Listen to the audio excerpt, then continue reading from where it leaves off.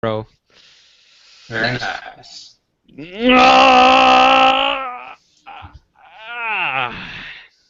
Good stretch. Start off the night. Welcome to another episode of the Super Movie Studies Podcast. A show about comic book movies approached from every angle and a community of nerds discussing how fiction relates to non-fiction. I'm your comic book culture host, Michael Maurer, joined by the Movie Maestro. James Schuyler Houtsma. And the Scientific Scholar. Ben Anderson. SMSP is your premier movie discussion podcast. Every week, we continue our journey exploring our favorite subject, superhero movies. Every fan sees the movies differently, so we gather some amateur experts to discuss certain aspects of the movie. Whether it's money, comic books, music, that yellow bastard, or science, SMSP talks about it all in this week's episode, Sin City. And yes, there will be spoilers. And trigger warnings. Trigger warnings? Yeah, just because it's Sin City, we'll be discussing some topics that some of our listeners might want to have a heads up on. So, if you've read Sin City, you know what you're in for. If not, violence of every type. That's your trigger warning. Yes. Violence, sexual violence, abusive, all this crap. First opinions of the movie. Popcorn Ben. Okay, so, this movie really bored me, but it was a good kind of boredom because I could see like how much potential this movie had. And so they were doing like four. I think it would have worked better as a miniseries because it's basically four movies that are kind of in the same setting but not really related directly. And I feel like they were trying to go for like the Pulp Fiction thing, where it's four different stories, but in Pulp Fiction they were all linked based on the perspective of the character and the chronology of it all and stuff. It also kind of reminded me of Cloud Atlas, because if I remember it correctly, and I just watched it 2 days ago, like it starts and ends with the same storyline continued. So it's like Cloud Atlas. Only Cloud Atlas had these stories linked thematically, and Sin City, they were like linked with characters and events and stuff, and Sin City didn't really, and so I kind of was like, this could be a lot better, but mostly it was boring. Popcorn Schuyler. No, Popcorn Michael. Oh, ooh. Heads up real quick. My internet has been super fucking finicky lately, like insanely finicky. I've had to update it at least 3-4 times today, where I just reset it. So we're expected to be cut out at least once. Okay, excellent. At least, just wait patiently. Sin City. To a person who has never read the comic books, this movie might not be for you. Because it has so many moments that are dependent on some context that the film doesn't really deliver. But at the same time, the books are written in such a noir style, and the movie is adapted in that noir style, that it's a really fresh film. It's pretty novel. You haven't really seen anything like it before, because it's cartoony and comic-y done as best as it can. Like, I remember in 2003, like, the Ang Lee Hulk tried to cut the screen to look like comic book panels and stuff like that, and it did not play off well. Whereas this one it's sort of like has that sort of onomatopoeia feel of just like you're moving panel to panel sometimes as the art sort of shifts with the images. And you're, oh, that's pretty cool.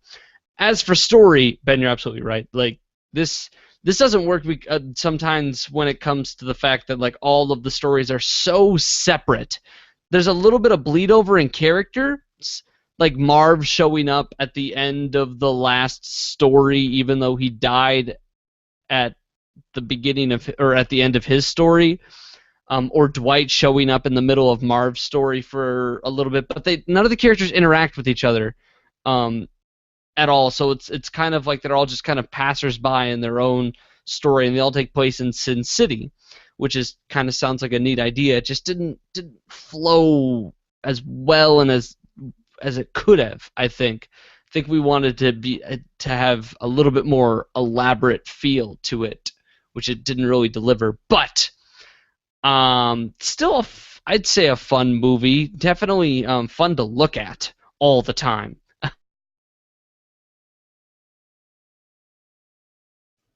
Yeah, I think that was one of the where Watchmen kind of failed because it tried to stick too closely to the source material. This was made a lot better by having every panel be, oh hey, that's like, I called it panel, but every shot being like, hey, that's exactly like it is in the comic book, but here it works. And we lost Michael. Yeah, I was about to say, I think he has gone over to the tar pits. Yep. How much did you hear? I already forgot, and then I made some other point. How much? When did I leave? Hello? I can't remember. Yeah. You don't remember? I don't remember. It sounds really bad, but we had already moved on to the next topic, and my brain was processing that, so. But when did I... What were the last words I said? I don't remember. Otherwise, I'd tell you where you left off. Unfortunately, I had my own thoughts. What the hell, guys? If I get cut off in the middle of me talking... I didn't know you were cut off. I thought you were just done making your point. There was some finality to it, yeah. Oh, and now you're frozen again. Yep, there he goes. Yep. Here we go. Michael! Joining the video call. Now Goddamn there's Two internet. Michaels? Oh, Yeah, that whatever the fuck that is. I don't Hey, know. you're in HD now, though. I am? Yeah, I've got a little icon in the corner of my screen that says HD. Okay, anyway, whatever you were saying, Skylar, please continue. oh yeah, I hadn't started yet, but I have been known to give movies crap for being fairly style over substance, but Sin City is one of those ones that just sticks to its guns, literally and figuratively, and I think comes out better for it. I love anthology movies where it's more a collection of short stories rather than long form. It works, most of the time in horror movies, but this is one of those rare cases where, yeah, it's some of the stories were better than other ones. I still think the Hard Goodbye with Mickey Rourke as Marv is it's probably the shining example of this movie. And this was also one of the ones that came out before that whole kind of everything's a CGI backdrop started to be more commonplace, and movies like 300 and Watchmen and The Spirit just kind of drove it into the ground. But I also think I came into this movie originally at a good point. I was about 13 when I first saw it, and that's a good jumping point, I would say. Revisiting it, not as strong as I remember, but still, I had a lot of fun with it. Okay, so let's talk about the money of Sin City.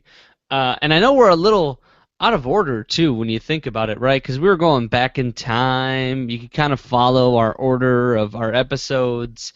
And we were going to do Sin City 2, 1 and 2 tonight. But I think we're just going to push Sin City 2 off into the ether for now. Forever. If you want to know why, go watch Sin City 2. Mostly because I didn't watch it and I don't know anything about it. No, we had to get this episode recorded. Here's a little preview. Ava Green is naked for most of the movie, and it's still really fucking boring. Okay, so More boring than watching Bruce Willis talk to himself for like half an hour. oh my gosh. Anyway, Absolutely. yes, definitely. There's a reason Bruce Willis isn't a voice actor. um, we've got a production budget of $40 million. Domestic gross, $74.1 million. Ooh, a little bit of money coming back at you. Foreign gross, $84.6 million. A little bit more money, so that brings it all up to $158.7. What is that? Almost quadruple production budget? That is dope dealer money. Yeah. That's a wise investment, as they call it.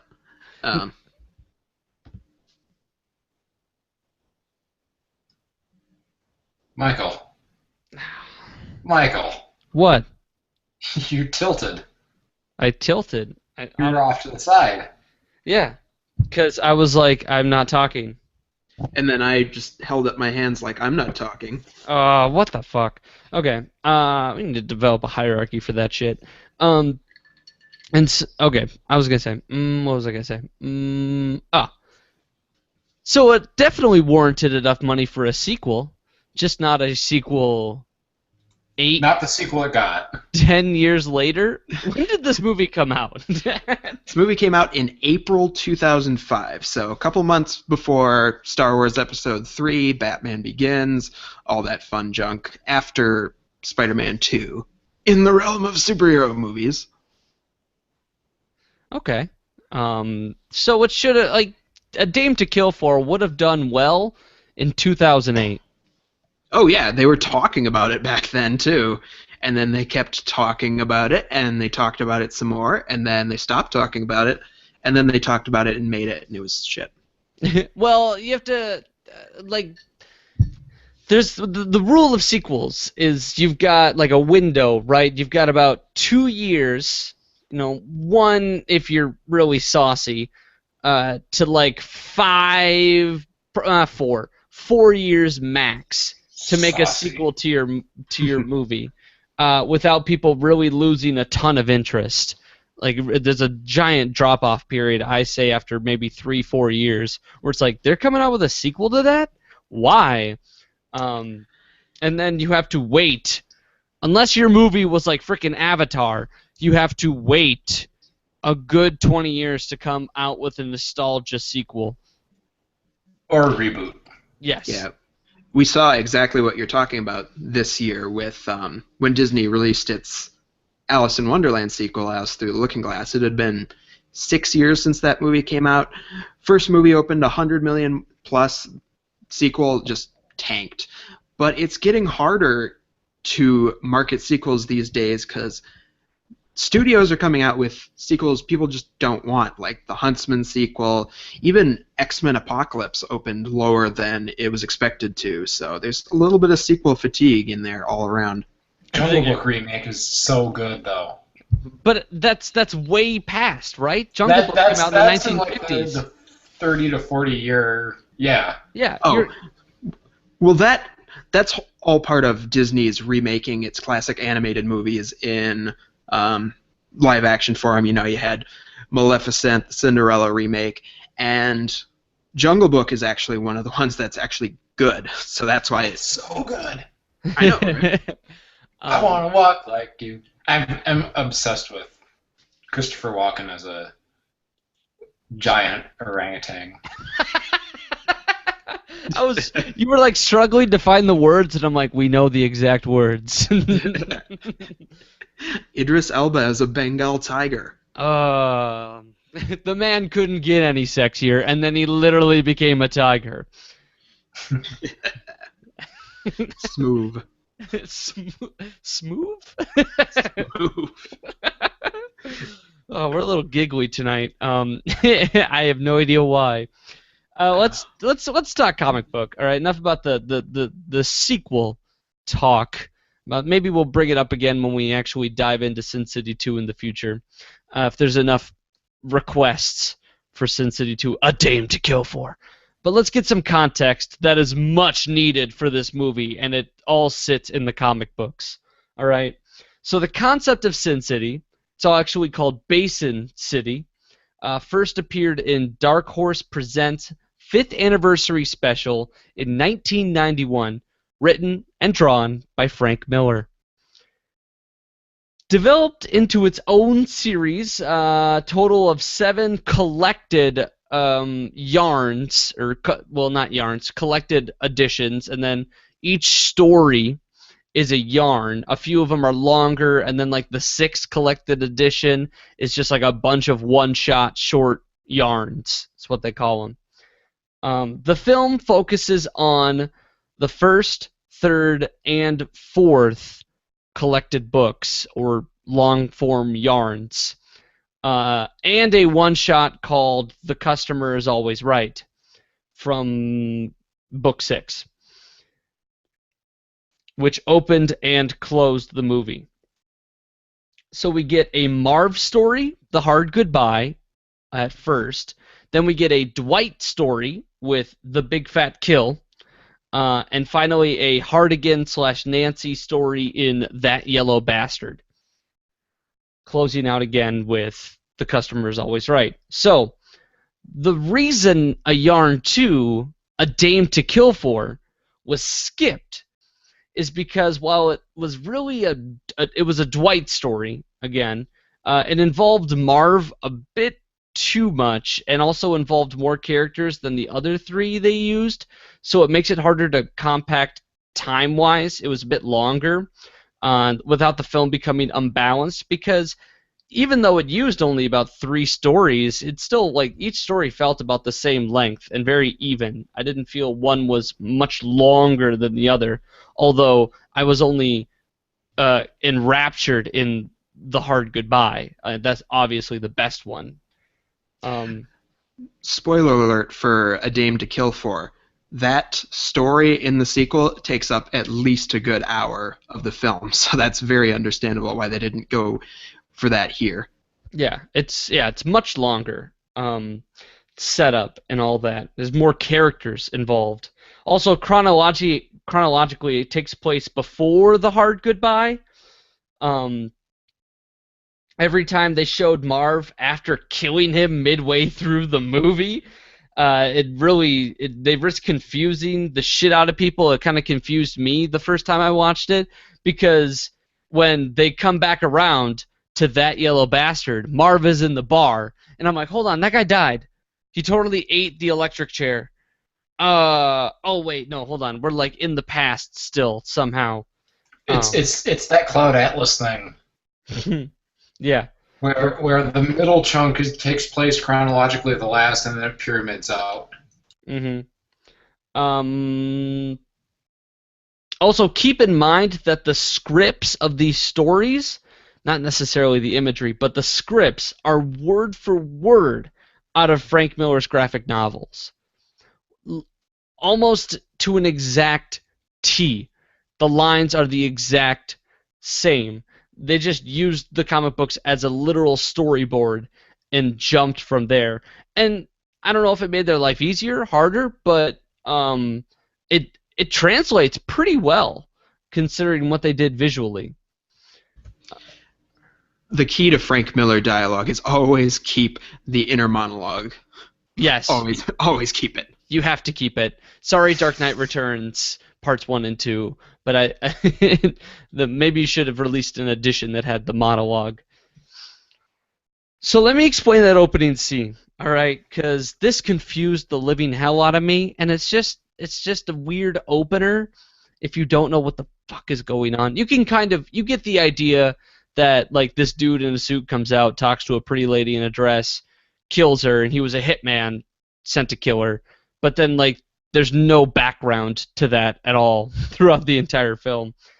So Josh Hartnett's character is known as the salesman, and he meets with the babe in the red dress on the balcony. She is the customer. This is from The Customer is Always Right. She actually hired him to kill her. What happened is the customer was having an affair. The dude she was doing on the side was a member of the Mafia, which is like the second most powerful organization in Sin City behind the Rourkes. She tried to break it off, and he threatened that she would die an excruciatingly painful death and never see it coming. So she hires this hitman to kill her in a more painless fashion. That was that entire opening sequence. That makes more sense now. I thought it was just establishing tone. Yeah, it's basically what it did. There goes Frank Miller with them strong women again. Sarcasm. Yeah, well, most of them are prostitutes or lesbians. When this gets so confusing at the end when they we brought that character back at the very end. So when the salesman returns, he's posing as a doctor and offers Becky, or Lorelai Gilmore, a cigarette, knowing her by name. He's like, it's like Tough Day Becky, and he hands her a cigarette, implying that he was hired to kill her, right? So Becky probably didn't hire him, though. Also, this is the only scene that is movie original and not based on any issue of Sin City, because the salesman was totally long dead in the chronology of Sin City before Becky even shows up. And that doesn't matter either, because Becky totally snuffed it in that alleyway massacre in The Big Fat Kill.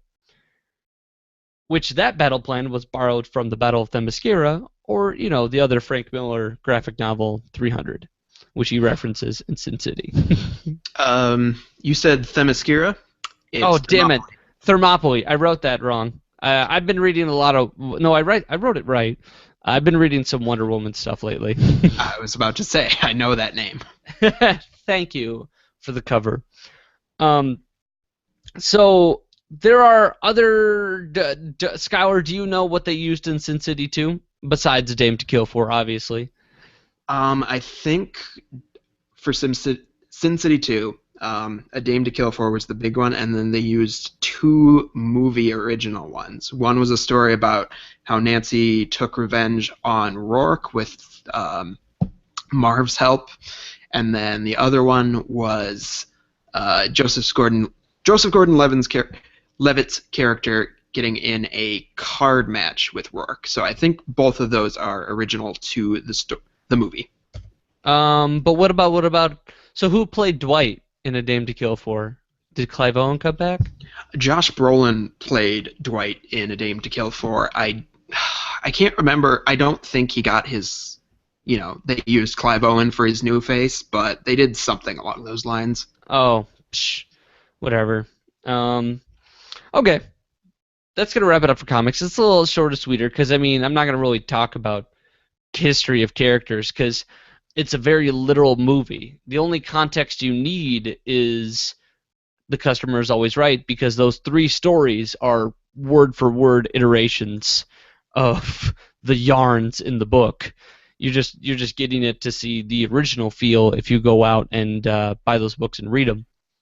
The books are better. Yeah. Don't at me. Well, I think Mickey Rourke did a wonderful job with Marv. The movie has its merits. It's just a little boring in a way that the books are not. Yeah, I could have gone with The Hard Goodbye maybe being like twice as long, and that being the movie. Because I liked that story so much, and I liked everything they were doing there.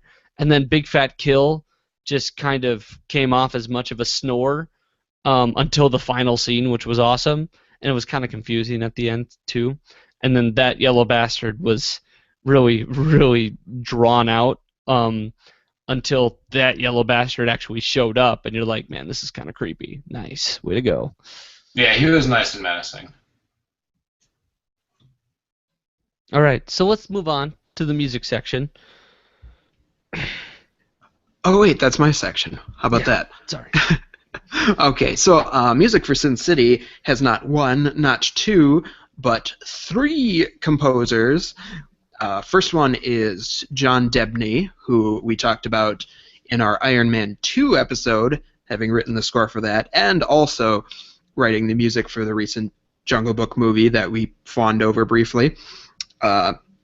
Second composer is Graham Revell.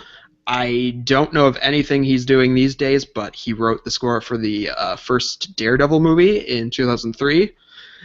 And then the third composer is director Robert Rodriguez, who pretty frequently writes the music to his own movies too. So we've got a power trio writing the music for Sin City, of which is basically the definition of grungy, dark, sleazy, exciting guitar riff, saxophone, squealing goodness. Let's take a listen to the opening track, Sin City, which has, I have to say, one of the strangest fanfares abruptly mixed in with all the down and dirty sounds of the movie.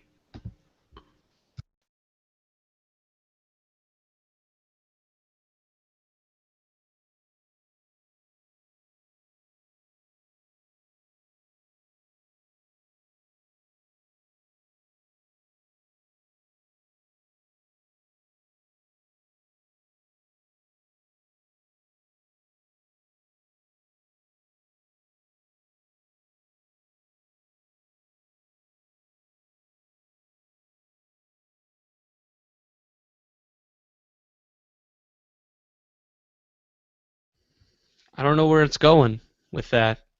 I really don't.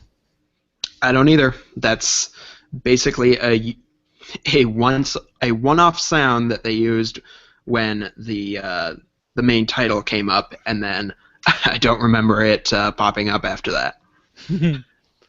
I love the pussy in this movie. The what? I'm reading like the the YouTube comments on the YouTube video for the song, and there's one that just says, "I love the pussy in this movie." Oh, fantastic! Thank you for providing context to that. I should not have provided context. Yeah. I should have just been like, "What's the next track?" Is it something to do with pussy? I want to take a quick thing.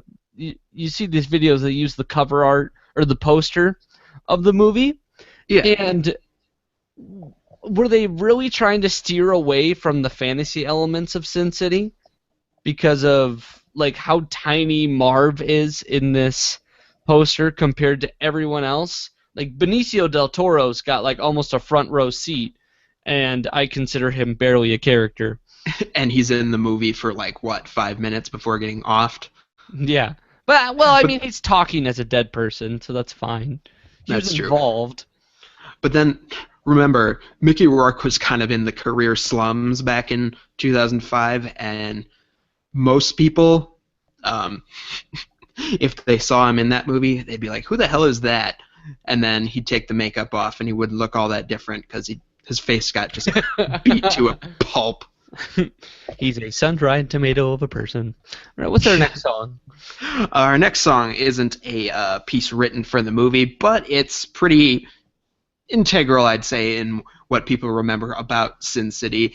It's the track Absurd by the music group Fluke. It's used during Nancy's dance scene, during That Yellow Bastard, and it's probably more memorable than about 90% of the score for this film.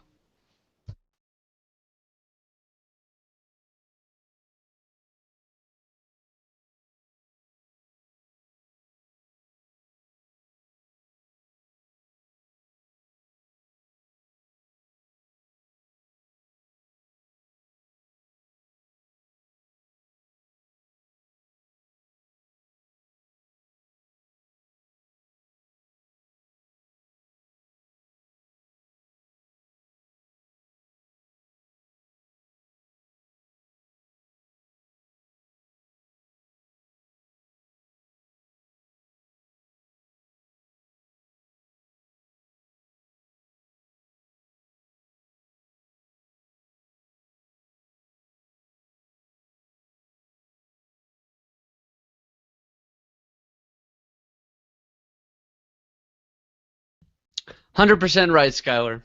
100%. You know, I always jump on the chance to incorporate more dance tracks into my section.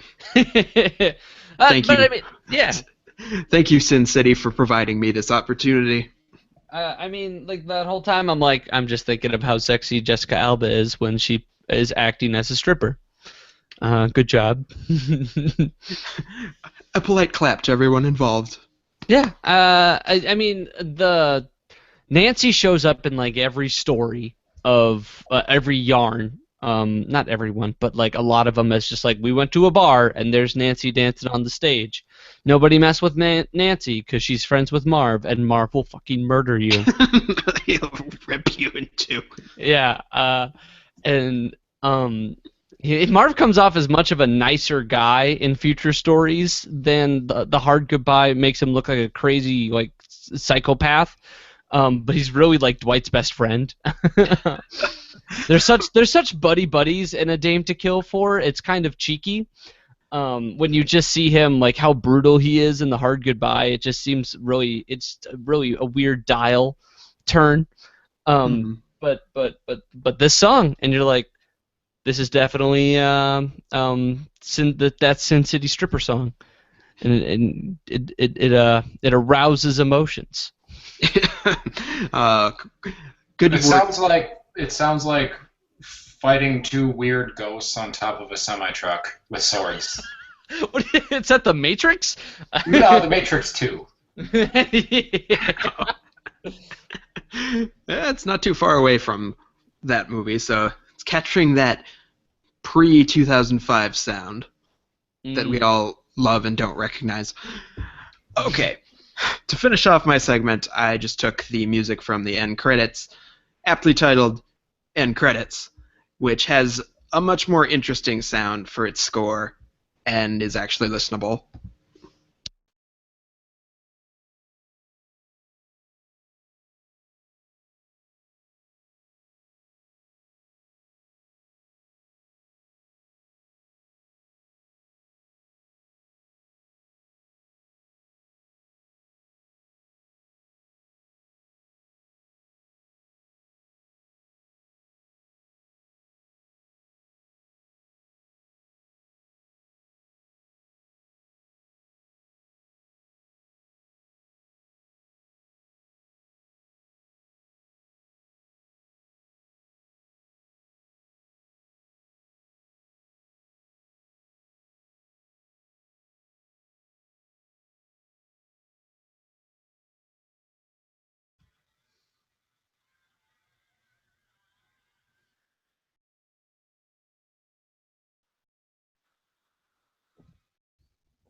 The song is if Sin City ditched the noir aspect of whatever tone they're going for, and we're like, we just want the nitty gritty.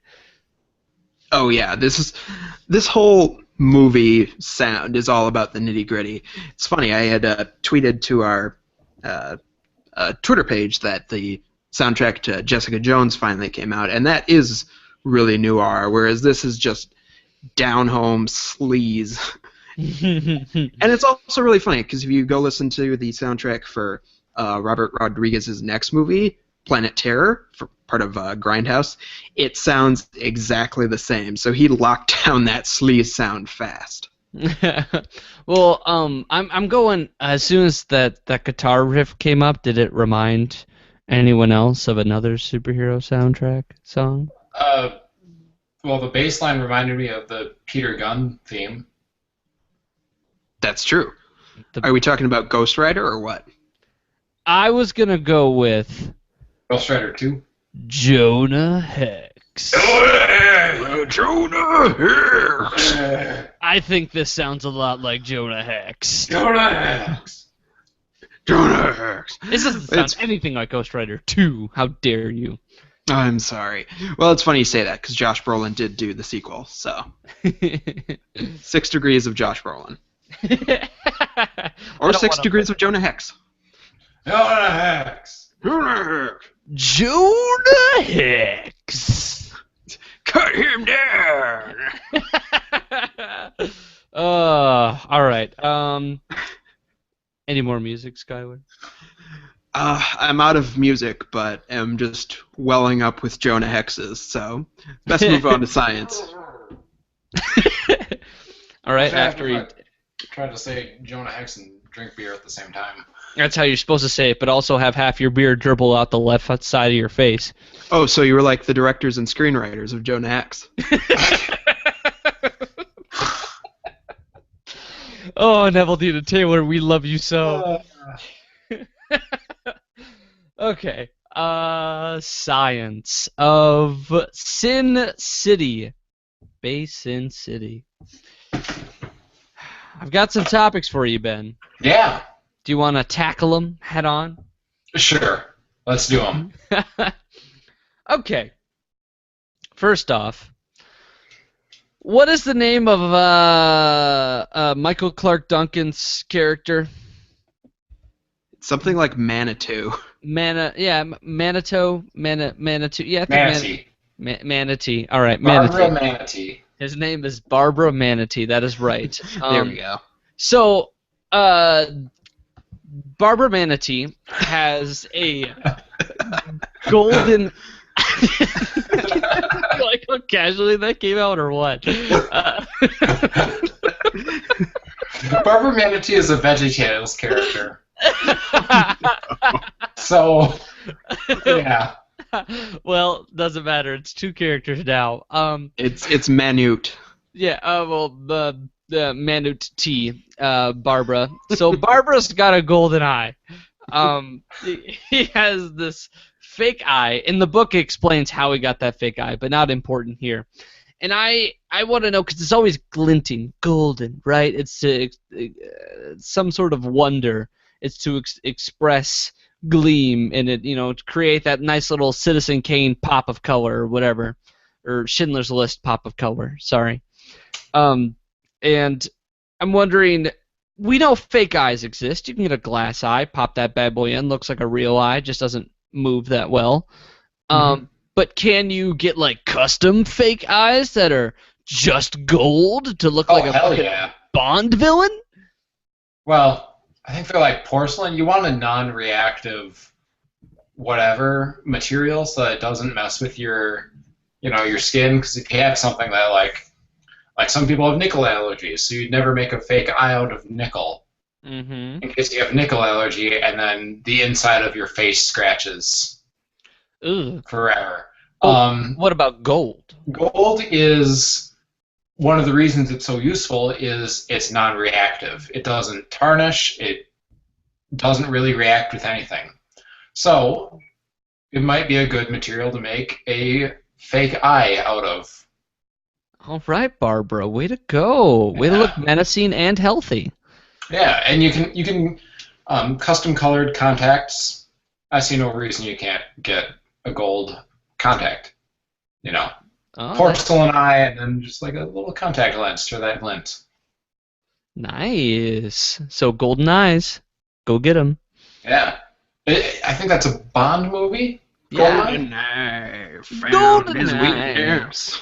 Yeah, so Golden eye. it's in James Bond, so there you go. Totally realistic. Second topic. Yeah. Tar pits. How do they work? How do they work? Well, a tar pit is a geological feature, phenomena. I'm not sure what kind of word you use here. But basically, something. Terrain. It's an aspect of terrain. It's a geological feature. Okay. Where oil, petroleum, whatever, seeps up through the ground, reaches the surface, and then we'd normally just be like, hey, there's oil there, but it's of a certain type of oil, and the climate conditions are right, that the how do I explain this? Basically, stuff that isn't oil evaporates away, leaving behind literally just asphalt. Oh. Because asphalt is derived from petroleum, and tar pits are where this occurs naturally. Okay. So, La Brea tar pits, the famous ones in California. The the tar pits. Sure. Well, that's Yeah. what La Brea means. Yeah. So there's also La Brea, Lago La Brea in Argentina, Chile, which is the tar lake. Yeah, it's literally just oil seeps up, some of it evaporates away, and it leaves behind asphalt, Like molten asphalt. like still liquid. soft. Yeah. So Which you is- can sink into it. It's very sticky. But I mean, like so they had it as this sort of a must-go or mob hotspot for hiding dead bodies. Do you naturally sink in tar pits like you sink into quicksand? I think in both you don't really sink; you just kind of get stuck. Oh, really? Yeah. So, but because well, the deal would be that the material is less dense than you, but also like holding you still. There's okay now how does quicksand work? I used to like know exactly like why quicksand was so tight. Let me think. Yeah, I'm not sure. I don't think you like sink down into to tar pits. I think you just get stuck. And like they're actually a great place to find fossils. Mm. Because well, where tar pits used to be is a good place to find fossils. Because like dinosaurs or mammoths or early humans or whatever kind of fossil you want to find. They go to a Listeners, tar pit. you Yes. go to a tar pit. Go ahead. They go to a tar pit, they'd step in it, they'd get stuck, wouldn't be able to get out, and I guess eventually they would sink beneath it or get covered up with dirt, and it's an excellent way to preserve fossils, just encase them in asphalt. Listeners, I know you might not be satisfied with that description of tar pits and quicksand. So if you are a geologist out there, please tweet at us at Super M Studies what you know about tar pits. Help Ben out a bit. Yeah, I I was like, ooh, I know how they work, and then you kept asking more in-depth questions, and I was like, oh, fuck, I didn't read this much. I didn't read this far ahead. It's like asking about chapter 3 when you've only done 1 and 2 this week. Exactly. I did 2 chapters, which is 2 more than usual. Mm-hmm. But there's like it's like when I tried to take a 300 level physics class my sophomore year, and I got a C, Good for and you. depressed. All Yay. right. Let's get on to that. Alright, let's talk about that yellow bastard. That yellow bastard. So his skin turned yellow. Like Yeah, rich yellow. like really bright yellow. And he Like says it's like Ned Flanders. yeah. So Actually, more like Homer Simpson, because he's bald. so we got that guy who's yellow, and he says it's yellow because of all this treatment they did on him to try and repair his ripped out dick. Yep. Which is great backstory, great revenge story, I have to say. Some dude rips out your dick, you're gonna get back at him tenfold. No, shot out dick first, and then ripped out. Yeah, I mean anything that involves genital Well, mutilation. actually, the first surgery, his genitals were only, had a handgun fired into them. It was after his surgery that he got them entirely ripped out. So he was already that yellow bastard before getting them ripped off. Anyway. Is what I say. Okay. Okay. So how does one get yellow skin? Is it related to dick surgery? Well, let me answer that by saying there's a medical condition that causes the whites of your eyes and often as well your skin to turn like a bright Homer Simpson yellow Probably already heard of it. Jaundice. Jarvis? And jaundice. Jaundice. And Oh, it's usually associated with liver problems. So hepatitis, alcohol abuse are probably the most common reasons it'll occur in adults. But general liver problems can cause your skin to turn bright yellow. No, this discoloration comes because you're poisoned? It's because your so your liver, its function is to filter out certain substances from your blood Mmm. and get rid of those safely. But if your liver can't do that, these chemicals will build up. One of them, I'm probably butchering the pronunciation here, but it's called bilirubin, and it's this yellow-orange liquid. And if that builds up in your blood, it can make your skin looks yellow because your blood turns yellow because there's this substance building up in it because your liver can't get rid of it. Oh, so say they were doing dick surgery and got a little close to the liver, side effect. I don't think the liver is very close I'm not saying the doctors of Sin City to are your perfect. testicles. I'm saying they're pretty freaking incompetent. Well, he did get shot several times, so. Yeah, maybe he got shot in the liver and it was More part of it. likely, he's a sex offender and has hepatitis. Okay, we'll go with that. Yeah. Good theory. Because he did have sex with little girls. Like a yellow bastard. But so he's just saying a bunch of side effects. Side effects caused him to lose his hair, and I guess getting shot, or getting hepatitis and not being able to treat that well because you've done multiple surgeries. Then you get yellow skin forever, I guess. It can be caused by certain medications. So like if you ever take acetaminophen, it says don't take more than X amount in a day or have 3 or more alcoholic drinks while taking acetaminophen. It's because it can cause problems with your liver. So maybe because of the surgery, he's on a certain drug all the time, and that causes liver problems. Yeah. That's my guess. Yeah, this is where we find the non-fiction inside the fiction because we're fucking nerds. Yeah.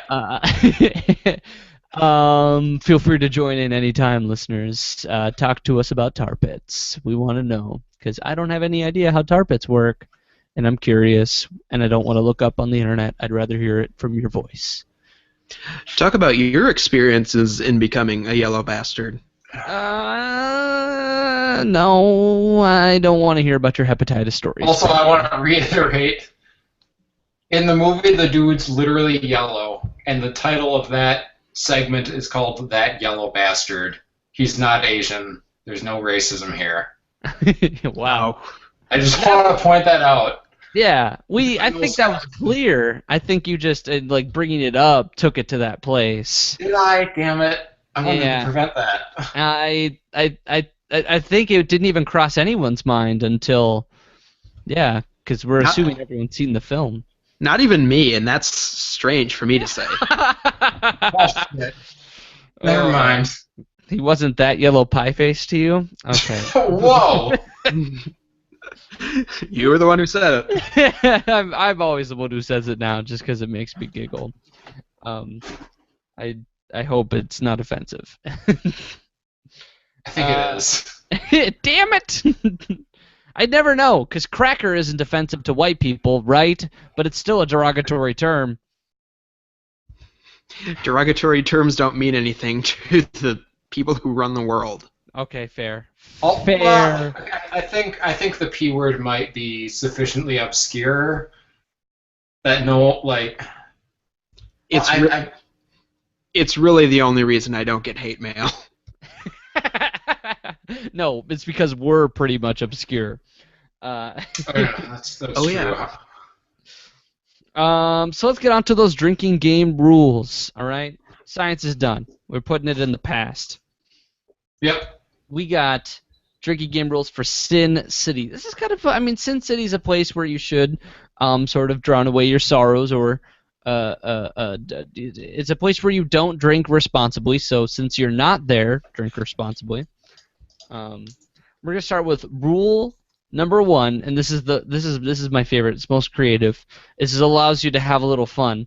Is every time color is used in this film, that yellow bastard's skin, the blue eyes, Becky's blue eyes. I can't remember any other distinct examples. The Red sky in the ending of The Big Fat Kill when the sky just turns red. red blood all the time. They had a lot of white blood, and then red blood came up every once in a while. Yeah. Dwight's shoes. Dwight's shoes. Those are most. Oh yeah, right. They were red. So every time you see color, you have to, unless you're colorblind, but someone should tell you.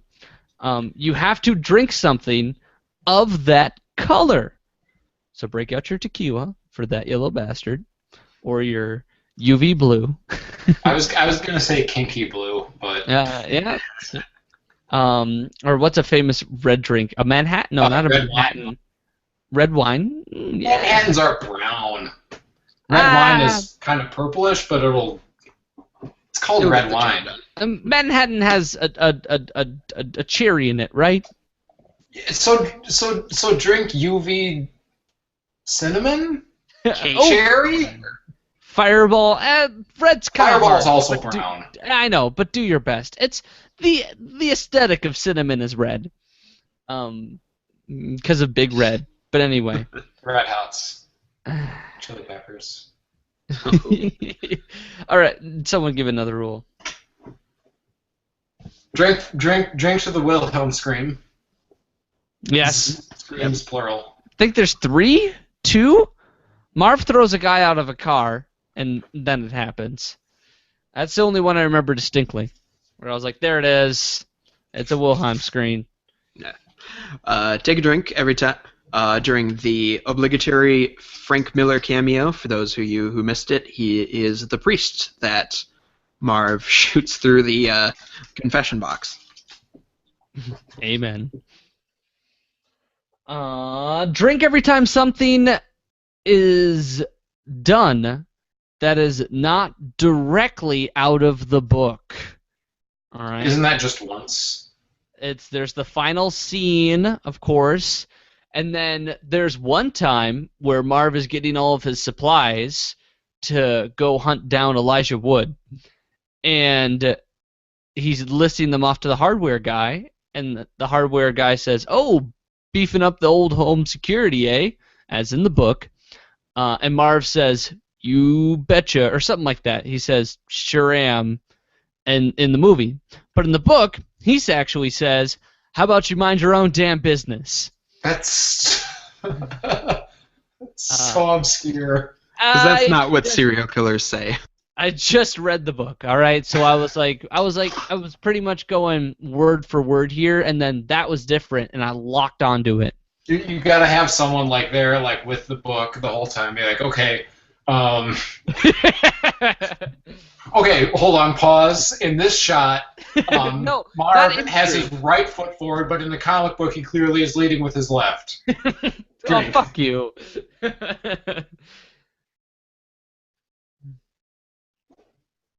I just went. Come on, guys. Come on, guys. Drink when a drink is shown on screen. Ooh. I don't know how often that actually happens. I feel like it's a couple times. There's a bars. There's a bar. Hmm. Yeah. Take a celebratory drink during my favorite scene of this movie, where one of the neo-Nazi goons gets an arrow through the chest and just goes, "Hey! Y'all seeing this?" That's what I would say if I got an arrow through my chest. I'd be like, hey, where'd that come from? Yeah, he did a really good job of that character. As I know there's a reason I got out of bed this morning. I was about to shoot a person. Just, that comically killer.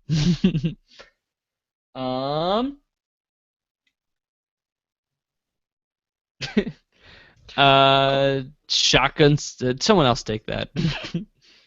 Okay. Shotgun something of your choice during any sequence of massive overkill. Yeah. Ben, do you have any more? That's all I got. Finish the bottle. When you imagine that the Josies in Sin City is the same place as the Josies in Marvel's Daredevil. Ooh. Whoa, fuck. Falling. I just moved in to my new house, and I don't have a chair yet. Oh, good. So I'm sitting on the edge of my bed, which I had to pull away from the wall to get it close enough to my desk. And so if I lean too far forward, I just slide off, and then the bed slides back, and it's just no good. It's just Awesome no good. Sauce. All right. That looks like it's going to wrap it up today, super fans. Super Movie Studies is recorded and produced by